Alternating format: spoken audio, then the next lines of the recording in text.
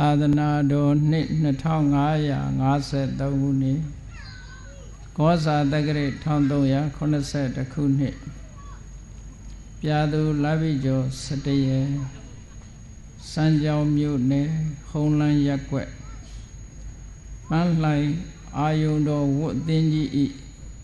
35ချိန်မြောက်ဆင်းကျင်းပပြုလုပ်အပ်သည့်ရွှေစင်ရွှေသား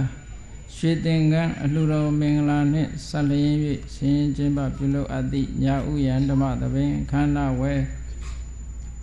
စံကြောင်မြို့နယ်စံကြောင်လန်းအမှတ်128ပထမဓာတ်ကွယ်လွန်သူဖခင်ကြီးဦးအေးမောင်မိခင်ကြီးဒေါ်တန်းရွှေခင်ပွန်းဦးစိုးဝင်းတို့အားရည်စူး၍ဇနီးဖြစ်သူဒေါ်ခင်ပြုံးအေးသားသမီးများဖြစ်ကြသည့်မောင်အောင်ဟိမ့်မြင့်မပြုံးမွန်မောင်ဟန်ကိုထွန်းမောင်ရဲမှန်ထွန်းမိသားစုတို့၏အမတဒါနဓမ္မဒါနအဖြစ်ဖြင့်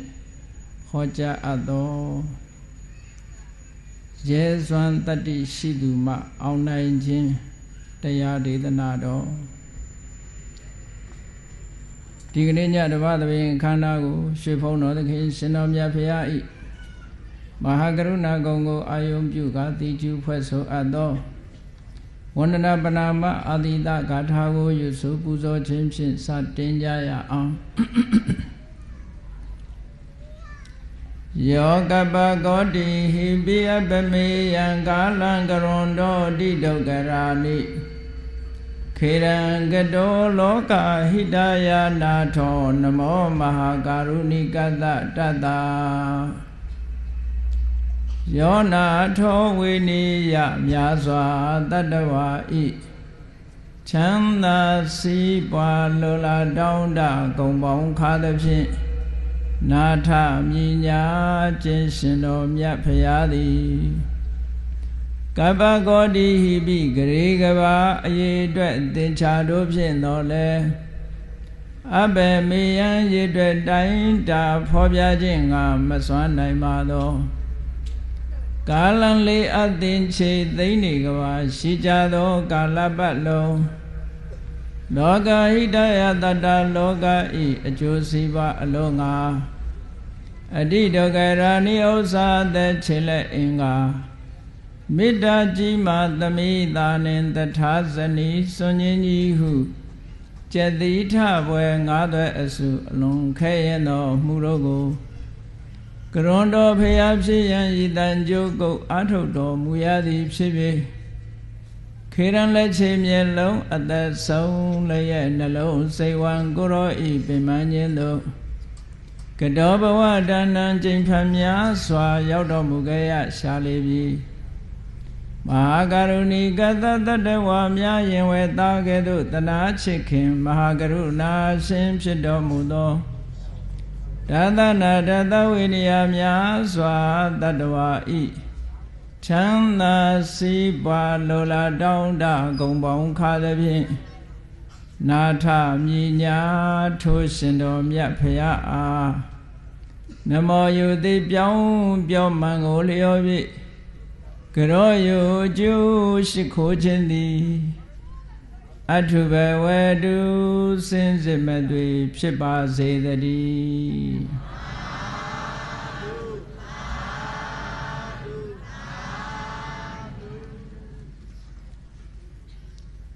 ရဲစွမ်းတတ္တိရှိသူမှ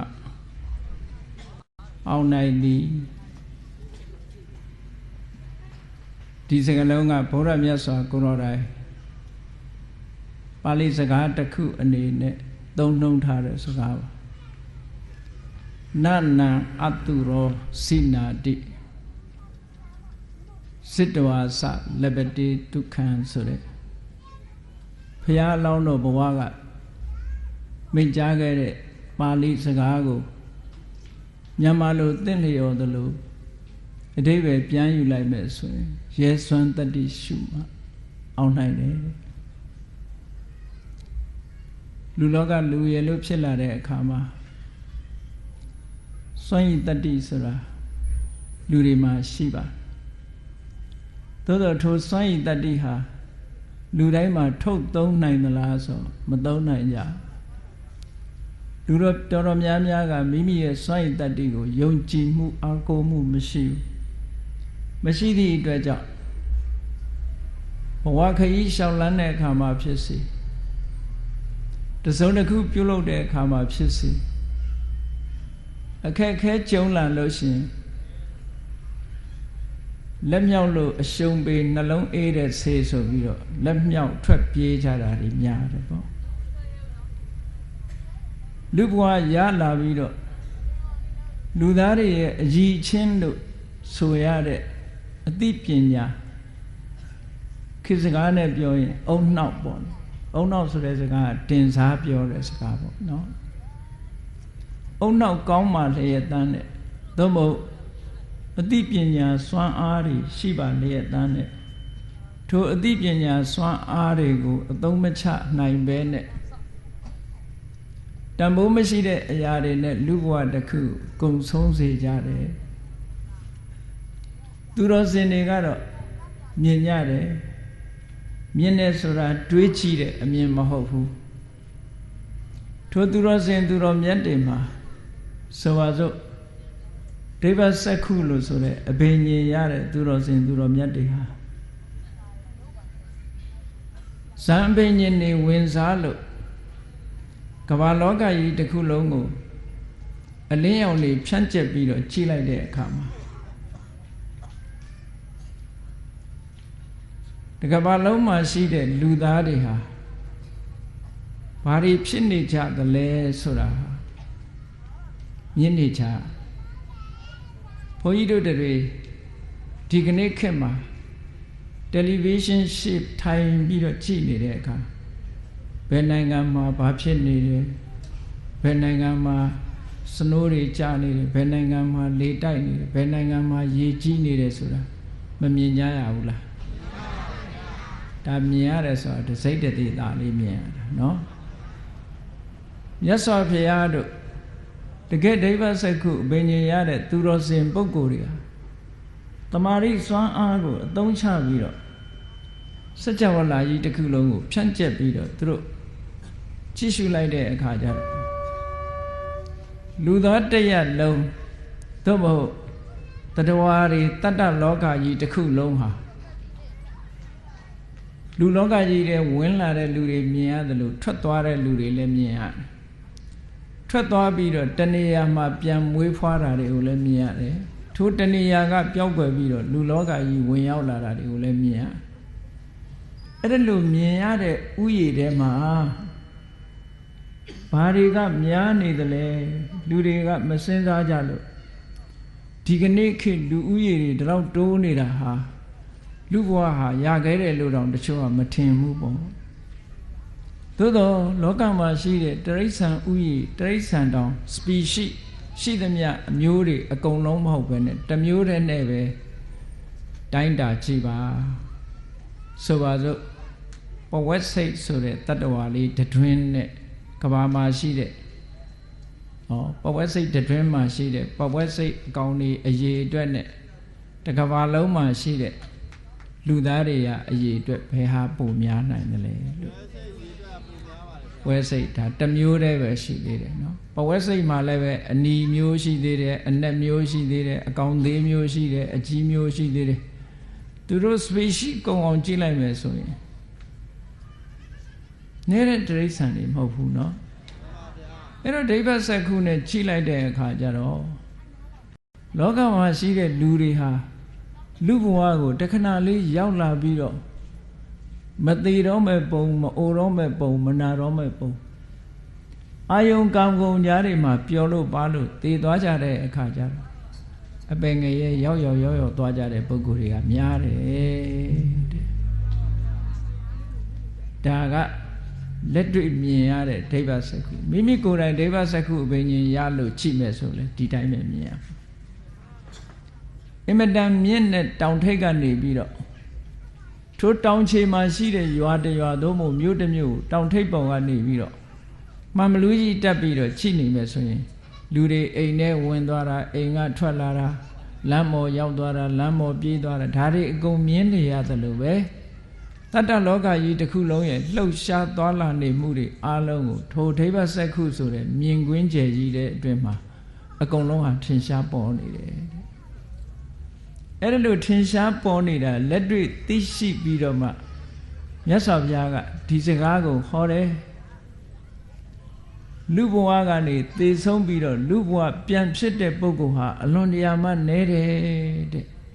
လူဘဝကသေပြီးတော့အပယ်လေးပုံရောက်သွားတာကများတယ်ဘယ်လောက်ထိများတုံဆိုလို့ရှိရင်ရာခိုင်နှုန်းနဲ့မပြောပေမဲ့လို့ဘယ်လောက်ထိများတုံလို့ဆိုလို့ရှိရင်ရာခိုင်နှုန်း65လောက်ကလူဘဝကနေသေပြီးအပယ်ပုံရောက်သွားတာတွေကပိုများတယ်ကျန်တဲ့900ခိုင်နှုန်းတွေကလူပြန်ဖြစ်တာရှိတယ်နတ်ပြည်ရောက်သွားတာရှိတယ်ဒီလိုအဲ့ဒါတွေလည်းပဲဒီလိုအကျိုးဆက်တွေဟာယုံကြည်စရာရှိနိုင်မှာမလားလို့မေးကြည့်မယ်ဆိုလို့ရှိရင်အကျိုးဆက်ဟာအကြောင်းပေါ်မှာမူတည်နေတယ်အကြောင်းတရားကိုပဲစဉ်းစားကြည့်ဒီကနေ့ခေတ်ပျော်ပွဲရွှင်ပွဲတွေသွားတဲ့လူနဲ့တရားပွဲလာတဲ့လူဘယ်သူကပိုများမှထင်ဒါနော်ဒီလောက်တင်နှိုင်းရှင်ကြည့်လိုက်ရင်သိတယ်ကဲတရားပွဲလာတဲ့လူနဲ့မလာတဲ့လူဘယ်သူကများမလာတဲ့လူကများတယ်အလုံးတစ်ကမ္ဘာလုံးကိုနှိုင်းပြီးတော့ကြည့်လိုက်မယ်ဆိုလို့ရှိရင်မြန်မာတနိုင်ငံနဲ့ပဲမကြည့်နဲ့တတ္တလောကကြီးတစ်ခုလုံးကိုကြည့်လိုက်မယ်ဆိုလို့ရှိရင်လူဘဝရလာပြီးတော့တရားဓမ္မနာရတဲ့ပုဂ္ဂိုလ်ဟာ100ခိုင်နှုန်းတော့မရှိဘူး69ရာခိုင်နှုန်းဟာတရားဓမ္မမနာနိုင်မဲနဲ့လူဘဝလူလောကအလုတ်ကိစ္စတွေနဲ့ရှုပ်ပွေလို့ကာမဂုဏ်အာယုန်တွေနဲ့ပြောလို့ပါလို့ဘဝတစ်ခုဆုံးသက်သွားကြတာများတယ်အမှန်တိုင်းစဉ်းစားမကြည့်ဘူးဆိုလို့ရှိရင်ဟေးတရားပွဲလူများတယ်လို့ဒီလိုထင်နေကြတာเนาะအေးဒါကတတိတံဝေကရဖို့ပြောတာပါဘုန်းကြီးတို့စာပေကျမ်းဂန်ထဲမှာရေးထားတာရှိတယ်ပမတ္တတ္တသနာမစတ္တရောအပါယတကခေဟသရိတာဆိုစကားလုံးလေးအလုံးမှတ်သားစရာကောင်းပမတ္တတ္တကုသိုလ်ကောင်းမှုလုပ်ဖို့ရမေ့ပြီးတော့ကာမဂုဏ်အာယုန်ကိစ္စတွေနဲ့၌မေ့လျော့နေတဲ့လူသားတယောက်ရဲ့အဖို့စတ္တရောအပါယငရဲတရိစ္ဆာန်ပြိတ္တာအတုရကယ်လို့ဆိုတဲ့အပယ်လေးပုံဟာတကခေဟသရိတာကိုယ်အိမ်နဲ့အလားတရံတူပါတယ်ကိုယ်အိမ်ဆိုရင်အချိန်တန်ပြန်ကြတာပဲမဟုတ်လားတခြားနေရာနေတဲ့အချိန်နဲ့အိမ်နေတဲ့အချိန်ဟာတခြားနေရာနေတဲ့အချိန်ကအမတန်များအိမ်နေတဲ့အချိန်ကအမတန်များတယ်တခြားအချိန်နေတဲ့အချိန်ကအမတန်မှနည်းတယ်ပေါ့အဲ့ဒီအဓိပ္ပာယ်ကိုပြောတာကိုယ်အိမ်ဆိုတာကိုယ်အမြဲနေတဲ့နေရာဖြစ်တယ်ပေါ့တခြားနေရာဆိုတာခိတ္တခဏသွားပြီးတော့1ရက်စာ2ရက်စာ1လတန်2လတန်ဒီလိုနေတာမျိုးဟာတခြားနေရာနှစ်လရှိကြစွာနေတာကကိုယ်အိမ်အဲ့ဒီအဓိပ္ပာယ်ကိုကြည့်မယ်ဆိုလို့ရှိရင်သူကပမတ္တတကုသိုလ်ကောင်းမှုလုပ်ဖို့ရမေ့တရားနှလုံးသွင်းရမှာမေ့တယ်ဒါနကောင်းမှုလုပ်ရမှာမေ့နေတယ်သီလဆောက်တည်ရမှာမေ့တယ်ဆိုတာစိတ်မဝင်စားတာမလုပ်ဖြစ်ဘူးအဲ့ဒီလိုကုသိုလ်ကောင်းမှုတွေပေါ်မှာအလေးနဲ့ထားမလုပ်ဖြစ်ပဲနဲ့ဘယ်ပေါ်မှာအလေးထားလုပ်နေတုံးဆိုလို့ရှိရင်စီးပွားရေးကိစ္စတို့လူမှုရေးကိစ္စတို့အဲ့ဒီလိုကိုယ့်ဘဝယက်တည်ရေးစာဝတ်နေရေးကိစ္စတွေမှာသာအချိန်တွေအများကြီးပေးလုပ်ပြီးတော့ကုသိုလ်ရေးရာကိစ္စကိုလုံးဝမှလှည့်ပြီးတော့တတိမရနိုင်တဲ့ပုဂ္ဂိုလ်တဲ့အဲ့ဒီပုဂ္ဂိုလ်တွေအဖို့အပယ်လေးပုံဟာကိုယ့်အိမ်လိုပါပဲလို့ဒီလိုပြောတာနော်မြတ်စွာဘုရားကိုယ်တိုင်ကလည်းလူသေးရင်လူဖြစ်တာ100ခိုင်နှုန်းလောက်ပဲရှိတယ်လူသေးပြီးတော့အပယ်ငရဲရောက်တာ100ခိုင်နှုန်းအများကြီးပဲတဲ့အဲ့ဒါဟာမြတ်စွာဘုရားကမှန်းဆပြီးတော့ပြောတာမဟုတ်ဘူးဒိဗ္ဗစက္ခုအဘိညာဉ်နဲ့တလောကလုံးကို မြတ်စွာဘုရားကိုတော်မြတ်ကြည့်ရှင်နုရုဒ္ဓမထေရမြတ်တို့ဆိုရင်တခါကြည့်ရင်စัจ java လာ1000စัจ java လာ1000ဆိုတာနဲတာမဟုတ်လူလောကအတိုင်းအဝိုင်းတစ်ခုတည်းတင်ကြည့်တာမဟုတ်ဘူးစัจ java လာကဘာ1000ကိုသူ့ရဲ့ဒိဗ္ဗစက္ခုအဘိညာဉ်နဲ့ဖြန့်ကျက်ပြီးတော့ကြည့်လိုက်တာအဲ့ဒီထဲမှာရှိသမျှတတ္တဝါတွေရဲ့လှုပ်ရှားမှုတွေတယ်လီဗီရှင်းထဲမှာပေါ်လာတယ်လို့အကုန်လုံးထင်ထင်ရှားရှားမြင်နေရတယ်ပေါ့အဲ့ဒီမြင်နေရတာတွေကိုကြည့်ပြီးတော့လူလောကရဲ့အကြောင်းကိုတတ်အပ်ပြောနိုင်တယ်သူတို့အဲ့ဒါလို့တတ်အပ်ပြောနိုင်တာမှန်းဆပြောတယ်တတ်ပြောတာမျိုးမဟုတ်ဘူးကိုယ်တိုင်မျက်စိနဲ့မြင်ရပြီလည်းကဲ့သို့တမာတိစွမ်းအားရှိတဲ့ဒိဗ္ဗစက္ခုဆိုတဲ့အဘိညာဉ်နဲ့ဉာဏ်နာမြတ်စွာဘုရားသခင်ကိုတော်မြတ်ကယထာကံမူပကကံအားလျော်စွာတတ္တဝါတွေဘုံဘဝရောက်သွားကြပုံတွေနဲ့ပတ်သက်ပြီးတော့ကြည့်တယ်ဆိုတာလည်းပဲဒီဒိဗ္ဗစက္ခုပဲဒိဗ္ဗစက္ခုနဲ့ကြည့်လို့ရှိရင်ဒီလူတယောက်ဟာသေဆုံးသွားပြီးတော့ဘယ်ဘုံဘဝရောက်သွားတယ်ဆိုတာမြင်နိုင်တယ်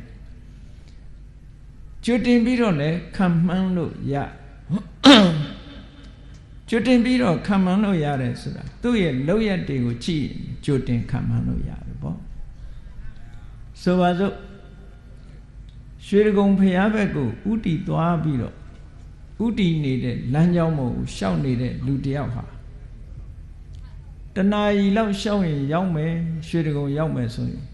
ဘေးလူကသိတယ်အေးဒီလူဒီလမ်းကြောင်းအတိုင်းရှောက်သွားရင်တော့ရွှေကုံဖျားရောက်သွားမှာပဲလို့မပြောနိုင်ဘူးလားပြောနိုင်တယ်ဘာဖြစ်လို့လမ်းကြောင်းကြီးမြင်နေရတာကို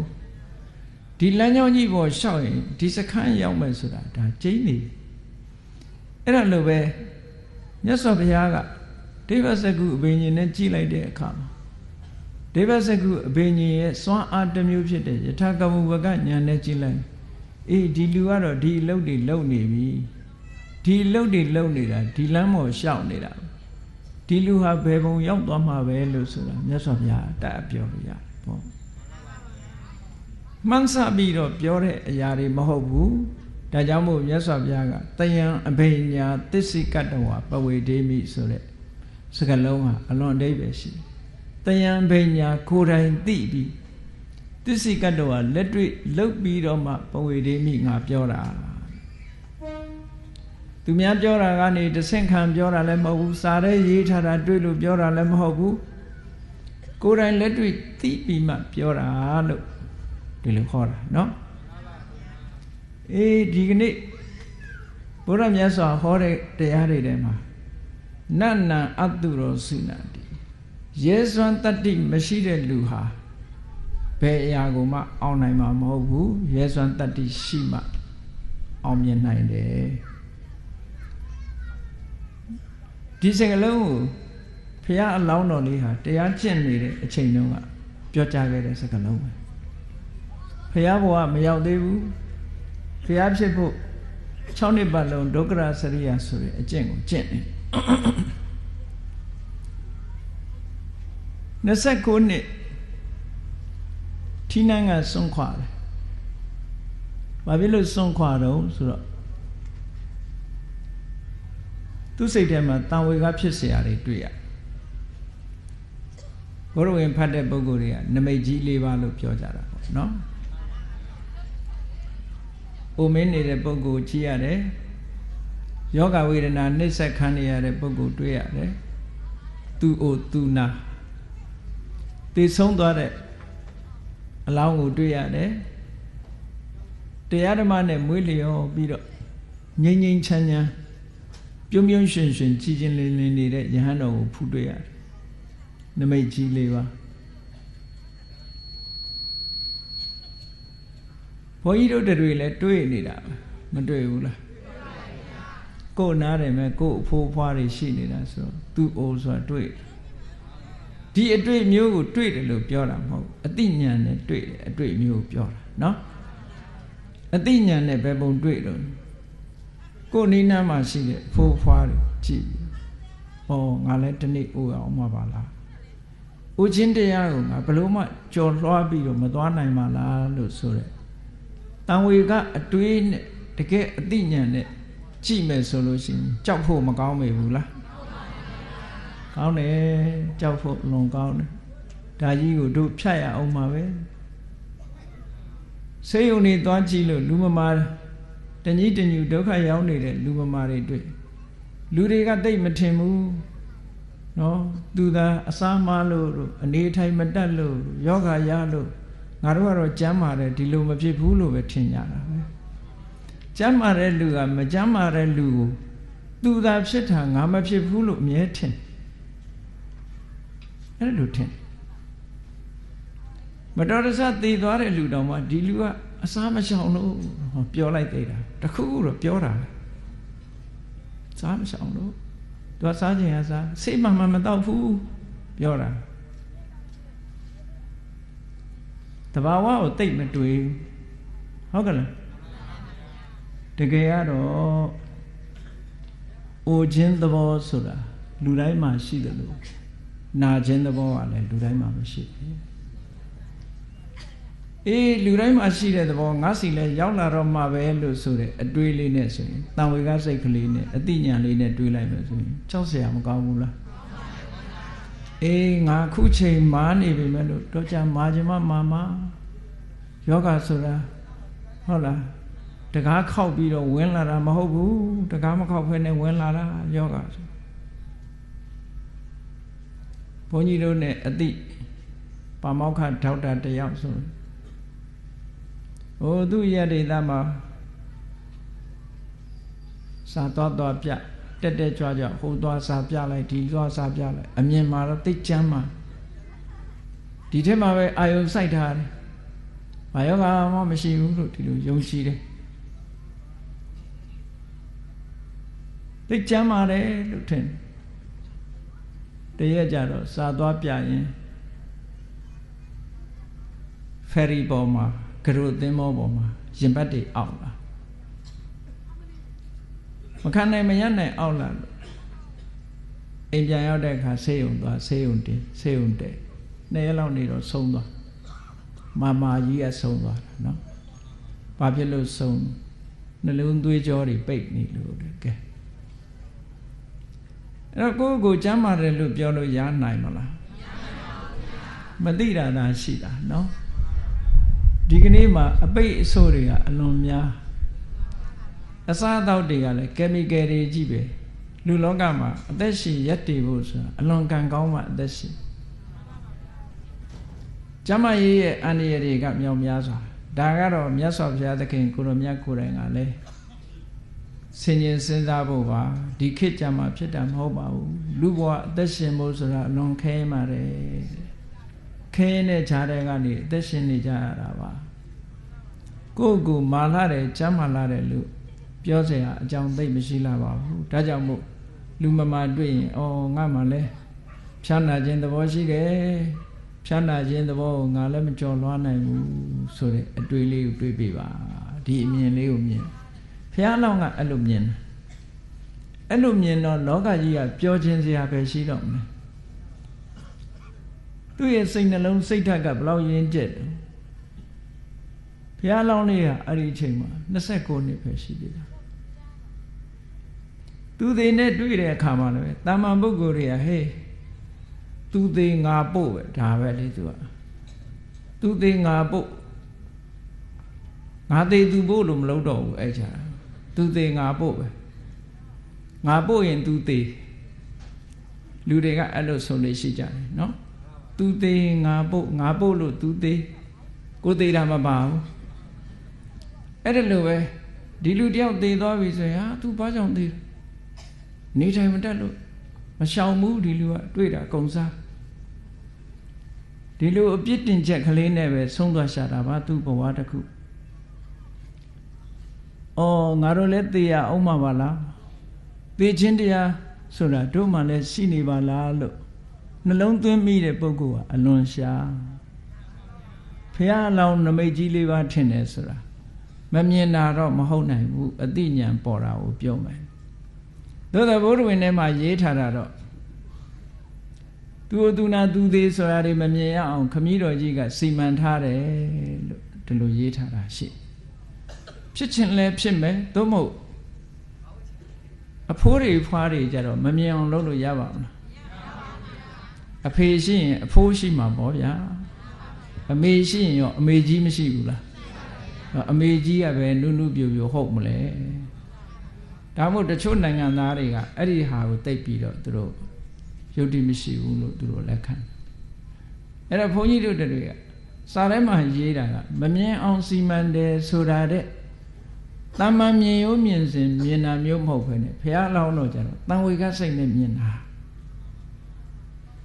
ဘုန်းကြီးတို့တွေလည်းမြင်နေတာပဲပဂတိမျက်စိနဲ့မြင်တာကိုအမြင်လို့ခေါ်လို့မရဘူးအသိဉာဏ်နဲ့မြင်တဲ့အမြင်မှအမြင်လို့ခေါ်လို့ရတာဘုရားအလောင်းလေးကအသိဉာဏ်နဲ့မြင်တာအဲ့ဒီအသိဉာဏ်နဲ့မြင်လို့သူဝတုနာသူသေးဆိုတဲ့နမိတ်ကြီးသုံးပါးထင်ပြီးတော့ဘဝကြီးကိုညင်းငွေကြောက်လန့်နေတဲ့အချိန်မှာအေးချမ်းတဲ့စိတ်နှလုံးရှိတဲ့ကြည်ရွှင်တဲ့တမာတိမျက်နှာနဲ့ရှိတဲ့ယဟန်တော်တစ်ပါးကိုမြင်လိုက်တော့အဲ့ဒီဘဝကိုအားကျသွားသူစိတ်ထဲမှာဆုံးဖြတ်ချက်ချတယ်တောထွက်တယ်ပေါ့ဒါဗုဒ္ဓဝင်မှာဒီလိုဆိုထားတာနော်တောထွက်တဲ့အခါကျတော့ဘုရားလောင်းကဟိမန္တာတောင်ခြေကအလုံးသိတဲ့အတိုင်းကောသလတိုင်းထဲမှာအပါဝင်ဖြစ်တယ်ကောသလတိုင်းထဲကနိုင်ငံကလေးတစ်ခုပေါ့ကောသလတိုင်းထဲမှာရှိတဲ့နိုင်ငံလေးတစ်ခုကောသလမင်းကြီးကပို့ပြီးတော့ပါဝါကြီးတယ်မြတ်စွာဘုရားရဲ့ခမည်းတော်ကြီးတို့ကနိုင်ငံခတ်သေးသေးမှအုပ်စိုးရသို့တော်လည်းပဲဓနအင်အားအမတန်ကောင်းတယ်အမျိုးအင်အားအမတန်ကောင်းတယ်အမျိုးတန့်နဲ့ပစ္စည်းဥစ္စာချမ်းသာတယ်လူရည်တန့်အဲ့ဒီဘက်မှာရှင်ပြိုင်လို့မရဘူးပေါ့သို့တော့အင်ပါယာကြီးတာကတော့အတောကတို့ကအင်ပါဟိုရင်းတို့ကကြီးတယ်ကောသလတို့ကအင်ပါယာကြီးတယ်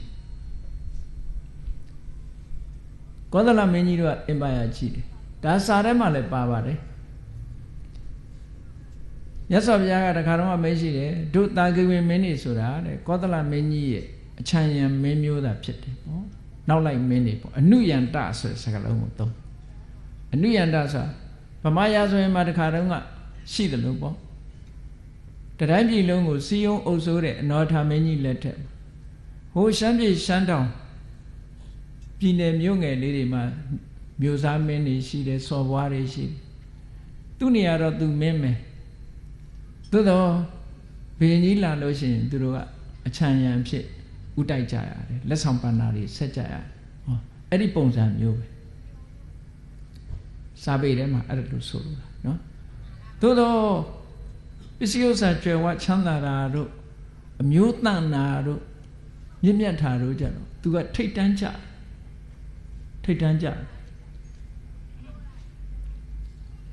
အဲ့ဒီမှာတိုင်းငယ်လေးတက်ကတိုင်းလို့ခေါ်တာအဲ့တက်ကတိုင်းမှာကပိလဝပြည်ကပိလဝမျိုးတော်ကနေပြီးတော့တောထွက်လာဒေဝဒဟတို့ကောလိယတို့တက်ကဒါတွေကိုကြော်ဖြတ်လိုက်တာနောက်ဆုံးမှာကောသလမင်းကြီးရဲ့နယ်ပယ်ထဲထိအောင်ရောက်သွားတယ်အဲ့ဒီနယ်ပယ်ထဲရောက်တဲ့အခါကျတော့မင်းသားအသွင်နဲ့မသွားတော့ဘူးအနောမတောင်ကမ်းလေရောက်တဲ့အခါမှာနောက်ကအတူပါလာတဲ့ဆန္ဒမှာဘုန်းကြီးတို့ဗုဒ္ဓဝင်ရုပ်ပုံတော်တွေငယ်ငယ်တုန်းကကြည်ဘူးတယ်မြင်းမီဆွဲမောင်ဆန်ဆိုပြီးမောင်ဆန်ကမြင်းမီဆွဲလိုက်ရမြင်းမီဆွဲလိုက်ရင်ဖြစ်နိုင်မှာမြင်းကန္နာနဲ့ဒီလူပြုတ်ကြတယ်နော်မြင်းမီဆွဲဆိုတာအမှန်ကတော့မြင်းကရေထဲကိုဖြတ်တဲ့အခါမှာမြင်းကအမီးကိုခါတတ်တာသူကဖရာအလောင်းရဲ့နောက်ကနေမြင်းပေါ်မှာပဲထိုင်လိုက်ပြီးတော့မြင်းမီးကိုကန်ရတာအဲ့ဒီလိုဟာမျိုးသာဖြစ်တဲ့တယ်ပေါ့နောက်ကတွဲလောင်းကြီးမြင်းမီးဆွဲလိုက်ရမယ်ဆိုရင်တော့မသက်သာဘူးမြင်းပြေးလို့ရှိရင်သူခံနိုင်မှာမလားခံနိုင်ပါဘူးဟုတ်ပကြီးတွေဆွဲထားတာဟုတ်မှမထင်ပါဘူးအဲ့လိုနော်မြင်းတော်ကဆိုတာဘယင်းတွေမှာမြင်းကိုစောင့်ရှောက်ထိမ့်သိမ့်တဲ့ပုဂ္ဂိုလ်သွားเสียရှိရင်လည်းသူက သူမြင်သူစီလိုက်ခြင်းလည်းလိုက်မယ်သို့မဟုတ်နောက်ကရင်လည်းလိုက်ရမယ်ပေါ့အဲ့လိုလိုက်တဲ့ပုဂ္ဂိုလ်ပဲဖြစ်နိုင်တယ်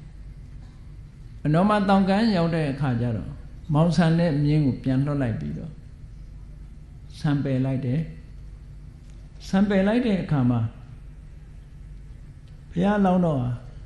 ပါလာတဲ့တန်လျက်ဓာတ်နဲ့ဖြတ်လိုက်တော့ဘုရားလောင်းရဲ့ဆံလက်နှစ်သက်လောက်ပဲကြံတော့စတုံးထုံးထားတယ်လို့စိတ်ထဲကကြည်တာစပင်ကိုစုပြီးတော့စတုံးလေးထုံးထားတာရှေးတုန်းကမင်းကြီးမင်းသားတွေထုံးတဲ့တထုံမျိုးနော်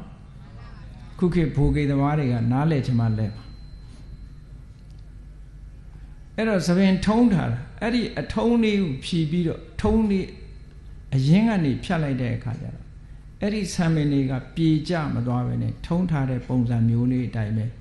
အရင်ကနေဖြတ်လိုက်တဲ့အခါမှာစူးစူးချွန်ချွန်လေးဖြစ်ကြံရတယ်လက်နှစ်သက်လောက်ပဲရှည်တယ်ပေါ့အဲ့ဒါကထူးထူးဆန်းဆန်းပဲဖះအလောင်းအဲ့ဒီအချိန်ရိပ်ပယ်လိုက်တဲ့ဆံဟာဘယ်တော့မှပြန်ပြီးရှည်မလာတော့ဘူးတစ်သက်လုံးဒီဆံပဲလက်နှစ်သက်ပဲဒါကြောင့်မို့ဖះကကရုံးပြောင်ပြောင်ကြီးမဟုတ်ဘူးဆံပင်လက်နှစ်သက်ရှိအဲ့ဘုန်းကြီးတွေလည်းပဲဖះခွင့်ပြုထားတယ်ဆံပင်လက်နှစ်သက်ထီအောင်အရှိထားခွင့်ရှိတယ်နော်ဘုန်းကြီးတွေဆံပင်ရှိရင်လည်းမပြောကြနဲ့ဗမာဘုန်းကြီးတွေကတော့အရှိထားလေးမရှိဘူးတီဟိုဘုန်းကြီးတွေကအရှိထားတော့ဗမာတွေလူငယ်လူရွယ်တွေကတုံးဆက်တော့လောက်ရှိတယ်သူတို့လက်နှစ်သက်တော့ထားခွင့်ရှိတယ်လက်နှစ်သက်သို့မဟုတ်တချို့ကသပင်ဆိုတာကတန်တဲ့လူကြတန်တာရှိမတန်တဲ့လူကမတန်ဘူးအဲ့တော့မြတ်စွာဘုရားကယဟန်တွေကိုသပင်အရှိမထားဖို့ကန့်သတ်ချက်ကတော့ဘယ်လောက်ထိထားနိုင်လို့ဆိုရင်လက်နှစ်သက်အရှိထားခွင့်ရှိတယ်အချိန်ပိုင်းအားဖြင့်2လမရိပ်ဖဲနေခွင့်ရှိတယ်ပေါ့အဲ့ဒီမှာတစ်ခုနဲ့တစ်ခုအကန့်အသတ်လုပ်ပေးထားတယ်2လပြည့်ရင်လည်းရိပ်2လအတွင်းလက်နှစ်သက်ဆိုရင်လည်းရိပ်ဒီလိုဆိုလို့တယ်ရက်အတိုင်းတာနဲ့ဆိုရင်2လပဲထားခွင့်ရှိတယ်အရှိအနေနဲ့ဆိုရင်လက်နှစ်သက်ပဲထားခွင့်ရှိတယ်အဲ့ဒါကြောင့်မို့သပင်တန်တဲ့ပုဂ္ဂိုလ်တွေက2လအတွင်းလက်နှစ်သက်တဲ့ကြောလာရင်ရိပ်ရမယ်ဒီလိုဆိုလို့သပင်မတန်ဘူးဆိုလို့ရှိရင်လည်းပဲ2လပြည့်ရင်ရိပ်ပေါ့ဒါကဝီနိစိကံဒွေမာတိကံဝါဒွိဝင်ခုလံဝါလို့စာပေမှာဆိုထားတာရှိတယ်အဲ့တော့မြတ်စွာဘုရားသပင်ကလည်းအဲ့လိုလက်နှစ်သက်ကလေးဘယ်တော့မှမရှိတော့ဘူးဘုရားတော့အဲ့ဒါလေးကိုအတုလုပ်ပြီးတော့ရုပ်တုတော်တွေထုတဲ့အခါမှာအပေါ်မှာဘူးလုံးကလေးလုပ်ပြီးတော့ထုတာအဲ့ဒါကရောင်ချီတော်ကိုထက်ထုတာအမှန်ကဘုရားကသတုံးမဟုတ်ဘူးတဲ့နော်သပင်လေးစွစုချွန်ချွန်လေးဖြစ်နေတာဒါဟုတ်ပကံခေတ်ကရုပ်ပွားတော်တွေကြတော့စွစုချွန်ချွန်လေးပဲပြတာအခုနောက်ပိုင်းနေကြတော့မဟုတ်ဘူးသတုံးကြီးလို့ဖြစ်ဟိုဘုရားကသတုံးကြီးနဲ့လို့ဒီလိုထင်းနေကောင်ထင်လိုက်အဲ့လိုမဟုတ်ဘူးအလောင်းတော်ဘွားကနေပြီးတော့ရိပ်ဖြတ်လိုက်တာလက်နဲ့သစ်သပင်လေးကစွစုလေးဖိထားတယ်လို့လေးပဲပြန်ပြီးတော့ကြွားမကြတော့ခုခေတ်လူငယ်လူရွယ်တွေဟုတ်လားသပင်အမျိုးမျိုးလုပ်တယ်ထောင်းတယ်လေထောင်းကျင်တော့ထောင်းမိုးထီအောင်ထောင်းဆိုတာတောင်ရှိသေးအဲ့လိုတဘာဝကဖះလောင်းကြတော့ထောင်းနေတာပြေကြမသွားဘူးတဲ့အေးကောင်းပြီအဲ့လိုလုပ်ပြီးတော့ဖះလောင်းတော်လေးဟာယူဇနာ30ခရီးကိုဖြတ်ကျော်ပြီးတော့ဘယ်ထိအောင်ရောက်သွားတော့တရားရှာဖို့အတွက်ရာဇဂိုထိရောက်သွားရာဇဂိုပြေရောက်တဲ့အခါကျတော့မနေ့ပိုင်းဆွမ်းကံဝင်ရုပ်လေးကလည်းအမတန်လှငယ်လဲငယ်သာသနာပေါင်းဝင်နေဆိုအလွန်ကြီးတဲ့အသက်ကြီးတဲ့လူတွေမှာဝင်လေးရှိတယ်အဲ့ဒီခေတ်ကအခုက29နှစ်ဆိုလူငယ်လေးရုပ်လေးကလည်းချောချောလေးလူငယ်လေးတယောက်ဟာသူတော်စင်ဝတ်တွေနဲ့ဆွမ်းကံဝင်လာတယ်ရဟန်းတော်လေးတစ်ပါးဆွမ်းကံဝင်လာတယ်ဆိုတမျိုးလုံးအုံအုပ်ကြက်ကြက်ဖြစ်တယ်ဗေမိသာရမင်းကြီးကလည်းသူကလည်းမင်းမျိုးမင်းလွယ်ငယ်ငယ်ရွယ်ရှိသေးတယ်ဖះလောင်းတော်ကိုမြင်တော့သူစိတ်ဝင်စားမြင်လိုက်တဲ့အခါနောက်ကတမန်တွေကိုလွှတ်လိုက်တယ်မျက်စီတယ်မင်းတို့ပျောက်မသွားစေနဲ့ဘယ်ရောက်တယ်ဆိုတာလိုက်ကြည့်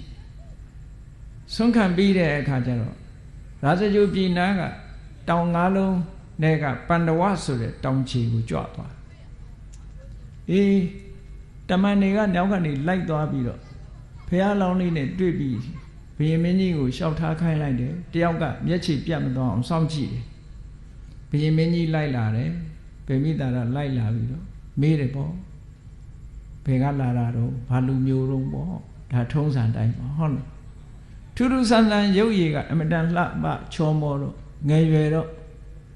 တန်တော်မေးတဲ့အခါကျတော့ငါသူက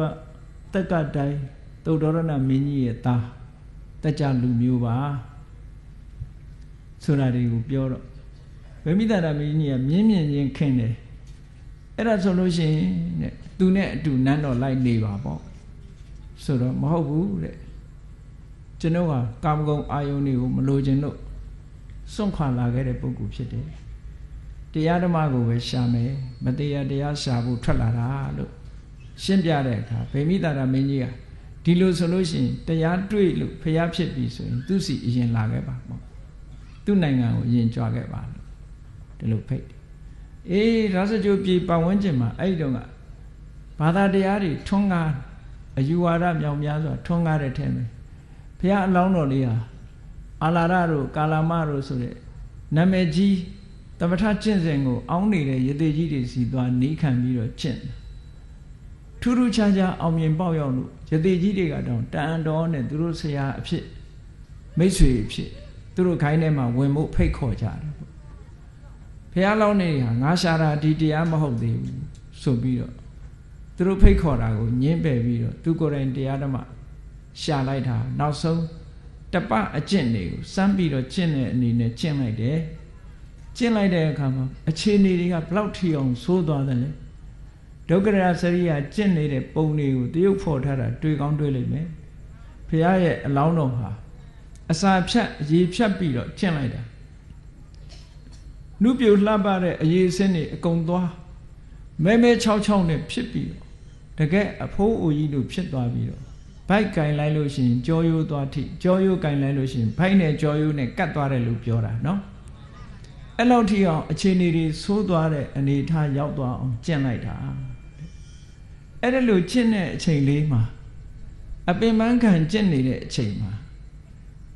ဗမာတွေထဲမှာတော့ဗုဒ္ဓဝင်ဘယ်သူကနေကြံပေးလို့ရေးတယ်လဲတော့မသိဘူးဒါမျိုးတွေကလည်းဟိုတစ်ခါစားတဲ့ပါတာလည်းရှိတယ်မပါတာလည်းရှိတယ်ပေါ့ပင်စတိကနတ်သားကဖះအလောင်းသားလာပြီးတော့စောင်းလေးတီးတယ်တဲ့တရားကျင့်တယ်ဆိုတာမလျော်မတင်စောင်းညွညင်းတယ်လို့ကျင့်ရတယ်လို့နတ်သားကလာတတိပေးတယ်လို့ရေးတယ်ဒီဗုဒ္ဓဝင်တွေမှာဒါမျိုးတွေတချို့ကမပါပါဘူးတကယ်ပါဠိလိုရေးထားတဲ့စာတွေထဲမှာမပါဘူးနော်အဲ့ဒါကမြတ်စွာဘုရားကဥပမာအနေနဲ့သောဏမထေရကိုပြင်းပြထန်ထန်ကျင့်တဲ့အခါမှာသောဏမထေရကိုနီးပေးတာမင်းမလျော်မတင်ကျင့်ရတယ်ဆိုတာသောဏမထေရကိုပြောတာပါဘုရားကကိုယ်တိုင်ပြင်းပြထန်ထန်ကျင့်ခဲ့တယ်ကျင့်လိုက်တဲ့အခါနောက်ဆုံးအခြေအနေဆိုးသွားလို့ဘုရားလောင်းဟာဘလောက်ထိအောင်ဆိုးသွားတုံးဆိုလို့ရှိရင်မတ်တရလိုက်မယ်လှုပ်လိုက်ငွေရမောက်ပြီးတော့လဲသွားတယ်အခြေအနေထိအောင်တည်တော့မဲ့အနေထားထိအောင်ကိုရောက်သွားတယ်အဲ့ဒီအချိန်လေးမှာဘယ်သူကလာပြီးတော့စကားပြောတာတုံးဆိုအကျိုးလုံလားရောင်နဲ့မန္တသားကြီးကရောက်လာပြီးတော့ဘုရားလောင်းကိုလာပြီးတော့ပြောတယ်။ဘာပြောတာတော့ဆိုတော့ဒါတော့ပြင်းပြင်းထန်ထန်ကျင့်တဲ့အကျင့်နေတာတောင်မှကိုလိုချင်တဲ့ဟာမရဘူးဆိုတာဒီအကျင့်လွယ်တဲ့ကိစ္စမဟုတ်ဘူးတဲ့လုံမနေနဲ့ပေါ့လူဘဝအသက်ရှင်ဖို့ကအရေးကြီးတယ်အသက်ရှင်ရင်ဉာဏ်နဲ့ကုသိုလ်ကောင်းမှုတွေလုံနိုင်တယ်လို့လာပြီးတော့ပြောတာအဲ့ဒီစကားပြောတဲ့အချိန်မှာဘုရားလောင်းလေးကဘာပြောလို့ဆိုငါအသက်ရှင်ဖို့လုံနေတာမဟုတ်ဘူးမင်းပြောတဲ့ကုသိုလ်တွေလည်းငါမလိုချင်ဘူးငါလိုချင်တာမသေးရတရားပဲလိုချင်ဆိုတဲ့အချိန်မှာဘုရားကအေးတတ္တိမရှိတဲ့လူကမအောင်နိုင်ဘူးဆိုပြီးဒီစကားလေးကိုပြောနော်ဘဝတစ်ခုမှာအခက်ခဲပေါင်းအများကြီးကိုဖြတ်ကျော်အောင်တရားကျင့်တဲ့ပုဂ္ဂိုလ်တွေလည်းပဲအခက်ခဲပေါင်းမြောင်များစွာဖြတ်ကျော်တရားဓမ္မအရာမှာအမြင့်ဆုံးအဆင့်ရောက်ဖို့ဆိုတာအခက်ခဲတွေအများကြီးဖြတ်ကျော်အောင်လောကီစီးပွားရေးလုပ်တဲ့ပုဂ္ဂိုလ်တွေလည်းအခက်ခဲပေါင်းမြောင်များစွာဖြတ်ကျော်ခဲ့ရတဲ့ပုဂ္ဂိုလ်တွေရှိတာတရားဆိုတာကြတော့ပို့ပြီးတော့လေးနှစ်တာဘုရားအလောင်းတော်လေးဟာအခက်ခဲပေါင်း10မျိုးဖြတ်ကျော်ခဲ့ရတယ်ဖြတ်ကျော်ခဲ့ရတာကိုမန္တသားကြီးကိုသူကပြန်ပြောတဲ့စကားအနေနဲ့ဟောထားတာရှိတယ်ပေါ့မင်းဖန်နေထားတဲ့အခက်ခဲတွေတို့ဖြတ်ကျော်ခဲ့ရအများကြီးပဲ အဲ့ဒီအခက်ခဲ10ရက်ကိုဖြတ်ကျော်ဖို့ဆိုတာတတ္တိမရှိတဲ့လူတွေဖြတ်ကျော်နိုင်ဘူးကွာငါတို့ကတော့တတ္တိရှိတယ်ပေါ့မရမချင်းနောက်မဆုတ်ဘူးနော်ဘုရားအလောင်းလေးမှာဘာပါတော့ဆိုရင်တတ္ထာယုံကြည်ချက်ပြင်းထန်တယ်ဘုန်းကြီးတို့တွေဘာလို့တရားမရယုံကြည်ချက်ကတိတ်မပြင်းထန်ရှိတော့ရှိတယ်မပြင်းထန်နော်ဘုရားလောင်းကယုံကြည်ချက်ပြင်းထန်တယ်ရကိုရရမယ်ရှိကိုရှိရမယ်ဆိုတာကိုယုံကြည်ချက်ရှိအေးယုံကြည်ချက်ပြင်းထန်မိမယ်လို့လူပြင်းဆိုလည်းမရဘူးယုံကြည်ချက်တော့ရှိတယ်လုံလဝိရိယမရှိဘူးပြင်းနေတယ်ဆိုရင်ဘလို့မှမရနိုင်ဘုရားလောင်းကငါမှယုံကြည်ချက်လည်းရှိတယ်လုံလဝိရိယလည်းငါမှရှိတယ်အေးယုံကြည်ချက်လည်းရှိပါရဲ့လုံလဝိရိယလည်းရှိပါရဲ့အသိဉာဏ်မရှိဘူးဆိုရင်လည်းမအောင်မြင်နိုင်ဘူးအသိဉာဏ်ဆိုတာအမတန်မှအရေးကြီးတယ်ဟုတ်လားမြက်ကန်းလို့ဇုံမိတ်ပြီးတော့ယုံလို့ရတာမျိုးမဟုတ်ဘူးဒါကြောင့်ငါမှာကပြင်းထန်တဲ့ထက်မြက်တဲ့တရားစွမ်းအားရှိတယ်စွဲမြဲတဲ့လုံလဝိရိယရှိတယ်ထက်မြက်တဲ့ပညာရှိတယ်ဒါကြောင့်မို့ငါလုပ်တဲ့အလုပ်ဟာအောင်ကိုအောင်အောင်ဒါတွေဟာလူတွေရဲ့တတ္တိပဲရဲစွမ်းတတ္တိတွေပဲမင်းဖန်တီးထားတဲ့ဘဝမှာလူတွေဟာအခက်ခဲ10မျိုးဖြတ်ကျော်ရမယ်အဲ့ဒါကိုပဲမန်စစ်တပ်ကြီး10ခုလို့ဒီလိုလဲပြောတယ်ပေါ့မနမင်းကချထားတဲ့တက်ကြီး10တက်ကိုဖြတ်ကျော်ပြီးတော့တိုက်ခိုက်ပြီးအနိုင်ရဖို့ရကြိုးစားရမယ်ပေါ့အဲ့ဒီနံပါတ်1ကဘာတော့ဘုန်းကြီးတို့တွေလည်းကြည့်နံပါတ်1ကကာမဂုဏ်အာယုံ5ပါးမှာပြောနေတယ်ဆိုတဲ့ sensual pleasure desire for sensual pleasure ပြောစရာအာယုန်တွေပေါ်မှာပျော်ခြင်းနဲ့စိတ်ကလေးဒီစိတ်ကလေးကိုတွန်းလှန်ပြီးတော့ကာမဂုဏ်အာယုန်ကထွက်ဖို့ဆိုတာလွယ်သလားခက်သလားဟောလောကမှာလူတွေအများကြီးရှိတဲ့အထက်မှာကြည့်အဲ့ဒီအဆင့်ကိုမကျော်နိုင်ကြဘူးအခုတရားနာပရိသတ်တွေထဲမှာဒီအဆင့်မကျော်နိုင်လို့လူဘဝမှာဟုတ်လားနေကြတာမဟုတ်လားဒီအဆင့်ကျော်လို့ရှိရင်လေအမျိုးသားတွေလည်းကရုံတုံဘုံကြီးဝတ်မှာပဲအမျိုးသမီးတွေလည်းသီလရှင်ဝတ်မှာပဲသို့တော့ဒီအဆင့်တွေမှာပဲသူတို့နောက်ဆုံးနေကြပြီကာမာတိပထမသေနာဟောပထမအခက်ခဲကြီးထဲမှာပဲ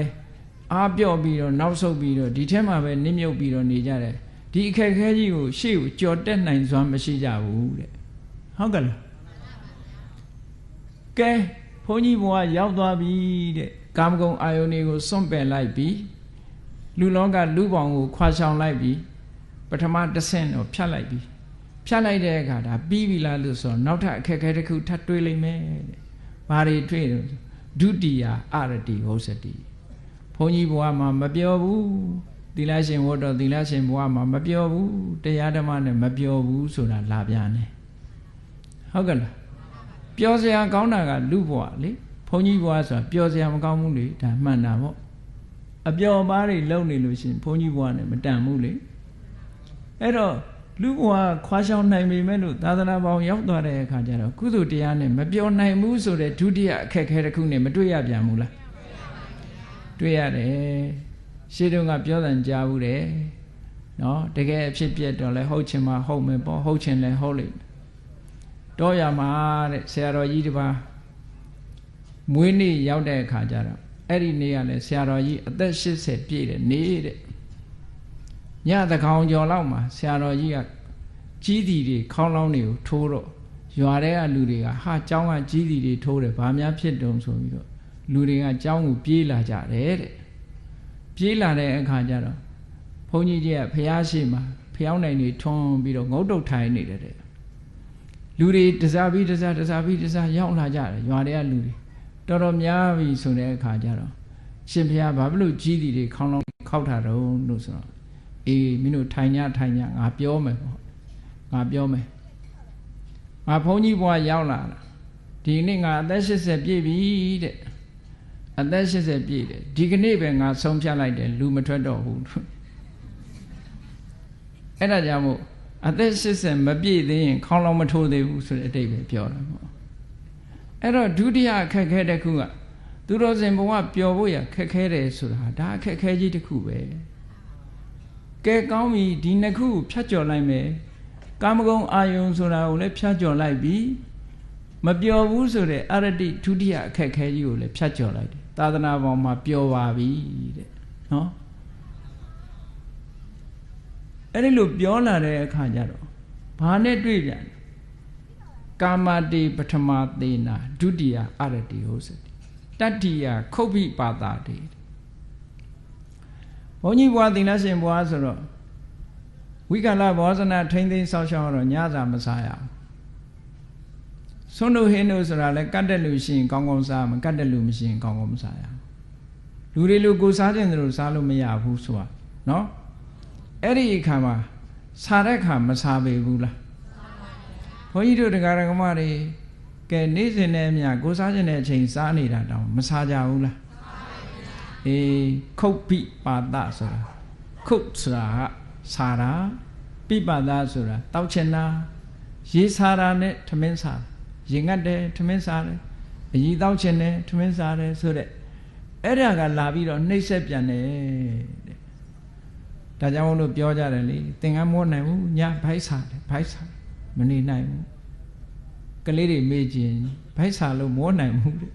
ဟုတ်ကဲ့လားအပြောတဲ့ဆုံးတော့မှပဲဘိုက်စားတာမခံနိုင်မြန်ဘူးအဲ့ဒါတတ္တိယအခက်ခဲတစ်ခုပဲတဲ့နောက်တစ်ခုကျတော့ဘိုက်စားတော့ဘာဖြစ်လာလဲနောက်ထပ်အခက်ခဲတစ်ခုကဘိုက်စားတော့စားခြင်းနဲ့တဏှာတွေပို့ပြီးတော့တိုးတက်ပြီးတော့မလာဘူးလားတန်တလာတယ်တဲ့အဲ့ဒါတဏှာဖြစ်လာတာအဲ့ဒီတဏှာကိုကျော်လွှားဖို့ဆိုတာဒါစတုထအခက်ခဲတစ်ခုရောက်လာပြန်စတုဋ္ဌိတဏှာဝုစတိစတုထအခက်ခဲတစ်ခုဒီတဏှာကိုပဲကျော်ဖြတ်နိုင်ပြန်ပြီအောင်ဤသိခံပြီးတော့ကြော်ဖြတ်နိုင်ပြန်ပြီဆိုတော့မှပဲနောက်တစ်ခုဘာလာတော့တရားလေးအားထုတ်မယ်ဆိုလို့ရှိရင်ငိုက်လာပြီနော်တခြင်းနားထောင်ရရင်ရုပ်ရှင်ကြည့်ရရင်တနေ့ကုန်ကိစ္စမရှိဘူးတရားထိုင်ရမယ်တရားနာရမယ်ဆိုရင်ခေါင်းလေးကငိမ့်ငိမ့်လာဘေးကနေကြည့်ရင်တော့သဘောကျလို့ခေါင်းဆက်နေတဲ့ထက်မဟုတ်ဘူးအိတ်ချင်လို့ဟောအဲ့ဒီဌိနမိတ်္တလို့ဆိုရယ်စိတ်ဓာတ်တွေပြော့ညံ့ပြီးခေါင်းတဆတ်ဆတ်ဖြစ်လာတာမျိုးဟာလည်းပဲအခက်ခဲတစ်ခုပဲဒါတရားထိုင်မှုတဲ့လူတွေပိုသိတယ်ပေါ့ပိုသိတယ်အဲ့ဒီအခက်ခဲကြီးကိုကျော်လွှားနိုင်ပြန်ပြီဆိုတဲ့အခါမှာနောက်ထပ်အခက်ခဲတစ်ခုထပ်လာအောင်ပါတဲ့ဘာဖြစ်လဲဘုန်းကြီးယဟန်ဘဝတရားဓမ္မကျင့်ရတယ်ဆိုတာတယောက်တည်းနေရတယောက်တည်းနေရတယ်တောထွက်တယ်ဆိုတာလဲတောထဲမှာသွားပြီးတော့တရားကျင့်ကြရတယ်တရားကျင့်တဲ့အခါကျတော့ကြောက်သေးတာကိုညကျတော့တစေတရေကြောက်သေးတယ်အဲ့ဒီကြောက်စိတ်ဝင်နာကိုကဒါအခက်ခဲတစ်ခုပဲသတ္ထာဘိရုပဝစတိ6ခုမြောက်အခက်ခဲကကြောက်လန့်မှုပဲတယောက်တည်းမနေရဘူးမနေဝန်မှုဆိုတာအဲ့ဒါတရားကျင့်မှုအတွက်ခက်ခဲအဲ့ဒီကြောက်လန့်မှုတွေကိုကဲကျော်လွှားသွားပါပြီတဲ့ကျော်လွှားသွားပြီဆိုတော့ဘာတွေလာမလို့ပင်စမန္ထိနမိဋ္ဌာတိသတ္ထဘိရုပဝစတိ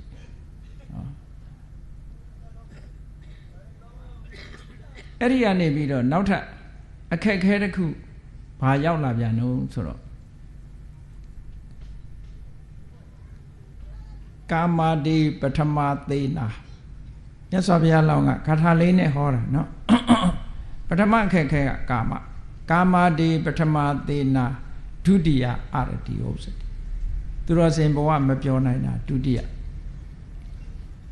တတိယခုတ်ပိပါတာတိစတုဋ္ဌိတဏှာဥစ္စတိပိစမန္ထိနမိဋ္ဌာတိသတ္ထဘိရုပဝစတိကြောက်တာနောက်ပြီးတော့ဘာဖြစ်လာတော့ဆိုလို့ရှိရင်ကဲအောင်မြင်လာပြီအောင်မြင်လာတဲ့အခါကျတော့ဘာတွေဖြစ်လာ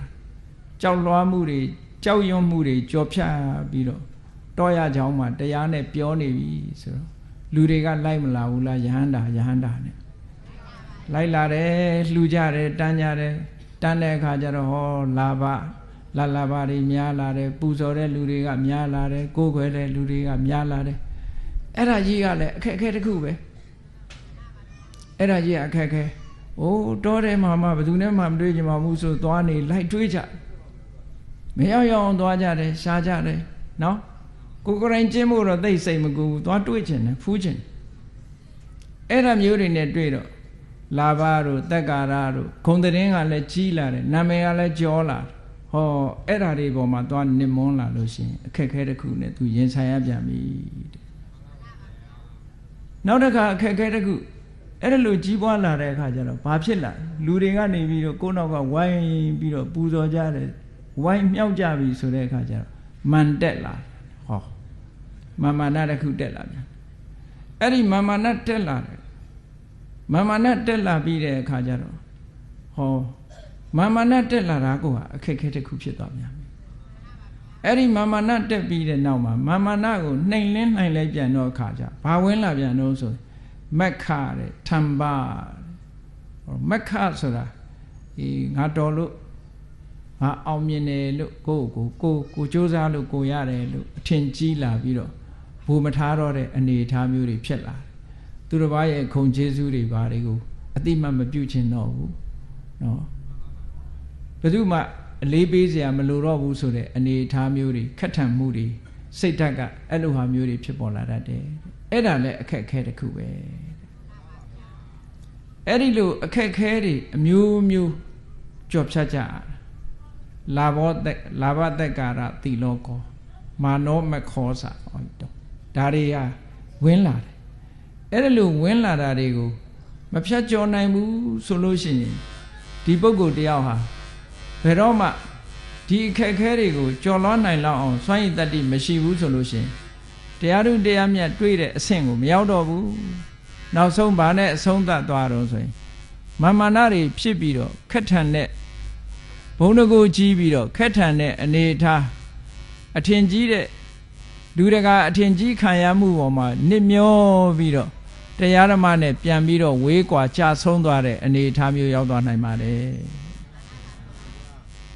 အဲ့ဒါမြတ်စွာဘုရားရဲ့အလောင်းတော်ကနေပြောပြတာမဏ္ဍကြီးကိုပြောပြနေတဲ့စကားတွေနော်ငါကအဲ့ဒီဟာတွေတခုမှမဝင်စားဘူးစိတ်မဝင်စားဘူးအားလုံးဓာတ်တွေကိုငါပြောကြော်ဖြတ်လိုက်ပြီငါရဖို့ရာကရည်မှန်းတာကထူးခြားတဲ့တရားဓမ္မမတရားဖြစ်တဲ့တရားဓမ္မကိုငါရှာဖွေတာမရမချင်းငါဒီအကျင့်ကနောက်ဆုံးမှမဟုတ်ဘူးဒီအနေထားကနေပြီးတော့ငါဒီအကျင့်မျိုးကိုကောင်းတဲ့အကျင့်တွေကိုလက်လွတ်စွန့်ပယ်မှာမဟုတ်ဘူးရဟန်းဘဝကပြန်လွတ်မှာမဟုတ်ဘူးပြန်လဲမှာမဟုတ်ဘူးစွမ်းရည်တတ္တိမရှိတဲ့ပုဂ္ဂိုလ်တွေဟာနောက်ကျောင်းပြန်လှည့်ပြီမဲ့လို့ငါလိုစွမ်းရည်တတ္တိရှိတဲ့ပုဂ္ဂိုလ်မျိုးကဘယ်တော့မှနောက်ကျောင်းပြန်မလှည့်ဘူးမာနရဲ့တက်ကြီးဆယ်တတ်ကိုငါဟာကြော်ဖြတ်နိုင်ပြီလို့ဘုရားအလောင်းတော်ကငါကြော်ဖြတ်အောင်ကြိုးစားနေတာဖြစ်တယ်ငါရဲ့ရဲစွမ်းတတ္တိဖြစ်တဲ့တရားတွေငါမှာရှိတယ်လုံလကြိုးပမ်းအထောက်မှုတွေငါမှာရှိတယ်အသိပညာတွေငါမှာရှိတယ်အဲ့ဒီတရားစွမ်းအားလုံလစွမ်းအားအသိပညာစွမ်းအားတွေကိုသုံးချပြီးတော့ငါမင်းရဲ့ဒီအခက်ခဲဆယ်ရပ်ကိုဖြတ်ကျော်ပြီးတော့ငါလိုချင်တဲ့တရားဓမ္မပန်းတိုင်ကိုရောက်အောင်သွားမယ်လို့ဘုရားလောင်းတော်ဟာအင်မတန်ကြီးမားတဲ့အဋိဋ္ဌာန်နဲ့အလောင်းတော်ဘဝကမိန့်ကြားခဲ့တာဖြစ်ပါတယ်နော်အဲ့ဒါကိုကြက်တဝင့်ဖတ်ရှုခြင်းကြလို့ရှိရင်တော့သုတ်တနိဗ္ဗာန်ပါဠိတော်ဗราဏသုတ်တံဆိုတာရှိပါတယ်အဲ့ဒီဗราဏသုတ်ကဟာကိုအချင်းချုပ်ပြီးတော့ဘုန်းကြီးတို့ဟောကြားခြင်းဖြစ်ပါတယ်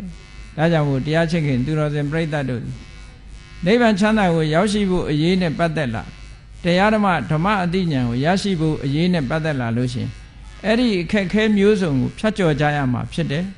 မဖြတ်ကျော်နိုင်လောက်တရားဆိုတဲ့စွမ်းရည်တတ္တိတွေကြိုးပမ်းအားထုတ်မှုဆိုတဲ့စွမ်းရည်တတ္တိတွေအသိပညာဆိုတဲ့စွမ်းအားတွေဒါတွေမထက်ဘူးဆိုလို့ရှိရင်နော်စွမ်းရည်တတ္တိမရှိလို့ရှိရင်တော့ဒီအောင်ပွဲကိုရမှာမဟုတ်ဘူးတဲ့စွမ်းရည်တတ္တိရှိတဲ့ပုဂ္ဂိုလ်ကသာလျှင်အောင်နိုင်တာဖြစ်ပါတယ်ဆိုတာကိုသဘောပေါက်ပြီးတော့မိမိတို့တဏ္ဍာမှာစွမ်းရည်တတ္တိတွေပြည့်အောင်ကြိုးစားအားထုတ်နိုင်ကြပါစေကုန်သတည်း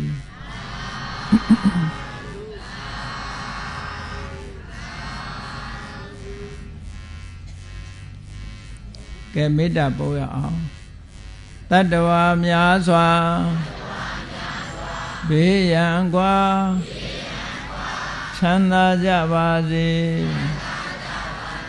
တတ္တဝါများစွာဘေးရန်ကွာချမ်းသာကြပါစေမေတ္တာရေချမ်း သွန်ငါဖြံငြိမ်းချမ်းကြပါစေမေတ္တာရည်ချမ်းသွန်ငါဖြံငြိမ်းချမ်းကြပါစေသက်ရှိချမ်းသာစိတ်ချမ်းသာတို့ရဆန္ဒပြည့်ပါစေသက်ရှိချမ်းသာစိတ်ချမ်းသာတို့ရဆန္ဒပြည့်ပါစေဓမ္မောတရံပိဝိတဝါနဝိသာတဗ္ဗေတမုဟတံအဇရမရတိတိဘာဝံနိဗ္ဗာနံယန္တုတာရောဓမ္မောတရံလောဘဒေါသမောဟစိတ်တောင်းကင်းပြောက်ကြည်တရားစေကိုပိဝိတဝါဝန္တာရှင်ပြတောက်ကြရနာကြရကုန်သောကြောင့်ဝိသာတဗ္ဗေပူဇာမျက်နှောက်ကိလေသာအစရတောက်ဟုသမျှတို့သည်သမုဟတပိဉ္ကြဘက်တွင်ရေမတင်တဲ့ကဲ့သို့ကင်းစင်လွင်ပြောင်းပေမရောက်အောင်ပယ်ဖြောက်အပ်ကုန်သည်ဟွန်တုစင်စစ်မသွေဖြစ်ကြပါစေကုန်သတည်းအစရမရံအိုခြင်းလဲကွာနာခြင်းလဲကင်းသေးခြင်းလဲရှင်းထသောတိတိဘဝကိလေသာဟုပုခသိင်ကင်းခြင်းရာအစစ်ဖြစ်ပေထသောနိဗ္ဗာန်နိဗ္ဗာန်ဟုခေါ်အေးပြုတော်သို့